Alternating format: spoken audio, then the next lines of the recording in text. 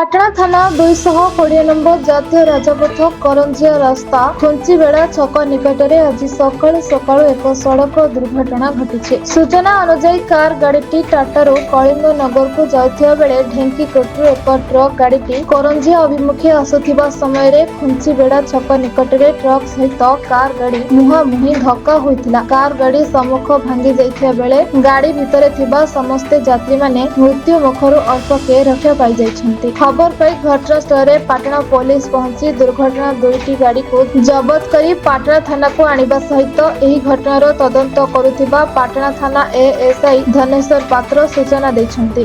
केन्दुझर जिल्लारू दशरथ बारिकांक report black news Odia.